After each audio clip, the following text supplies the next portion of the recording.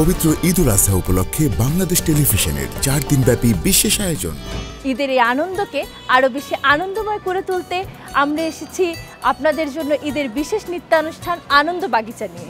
আমি যার নূপুরের ছন্দ বেনুকার সুর আনন্দ ধারা বহিছে ভুবনে।